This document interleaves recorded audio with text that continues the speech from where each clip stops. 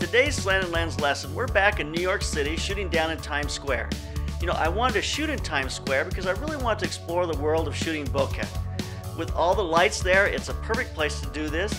We're going to look at the simple principles that help create a really good looking bokeh and how that applies to video and stills. The term bokeh comes from a Japanese word that means blur or haze. In this lesson, we're going to take a look at the different lenses and aperture settings and see how they compare to create that nice looking out of focus background. We will look at using a long lens, 200mm at different apertures, and then we'll look at using a shorter lens, 50mm at different apertures. Our talent, Ying Ying Lee, is very cool, has a great look. We booked her through an online casting service in New York called New York Castings. She was very professional, showed up on time, had great wardrobe. She did a great job.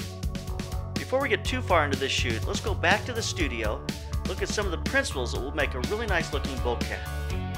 With white Christmas lights strung on a white wall, I shot this first image using a 50mm lens at 2.8. The lens is 3 feet from the subject, and the subject is 3.5 feet from the background.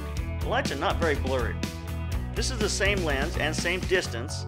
The opening on the lens now is at f1.2. There's a huge difference here. That's 2 stops. It really makes the background focus look a lot nicer. The blur is going to increase as we move away from the background. Here we are 7 feet from the background using that same 50mm lens, and we're back to 2.8. Obviously that background at 2.8 was much nicer when we were 7 feet from the background than it was when we were 3.5 feet. But when we go to 1.2, this blur looks really nice. If I move the camera in just 6 inches closer, it increases the head size obviously, but at 2.8 the blur on that 50mm lens looks very similar to the 1.2 inch blur that we got when we were just 6 inches further away. As we step closer to our subject and focus, it's going to decrease the depth of field and make the background look better. This image is shot with a 100mm lens 8 feet from the subject and 13 feet from the background. Our aperture is 2.8. The lights are creating a very similar sized circle that we got with that 50mm lens, but we're a lot further away from the background. I pushed in with a 200mm lens 8 feet from the subject and 13 feet from the background. Obviously the head size increases, but we get a wonderful bokeh. It looks really nice around him. So there's several things we've learned in this experience. Get as close to the subject as you can and as far away from the background as possible. Then shoot with a wide open aperture. This will give us the most bokeh or blur. We're back on a location now here in Times Square. It was wonderful because this morning our Kessler Stealth Slider showed up, was shipped to us by Lens Pro to Go. I'm truly in love with that service. I get my equipment drop shipped to where I'm at. So this is great. We'll use it tonight, package it up, ship it off in the morning. We're using a very similar portable setup that we did on Wall Street. With the exception, we're not using grids, we're using an Octodome as our light source. We're going to hang that Dynalite 800 pack on the stand with the clamp that Dynalite makes for that purpose. We're going to power this with a battery power source that Dynalite just released. It's a great lightweight solution so you can take your power anywhere you go.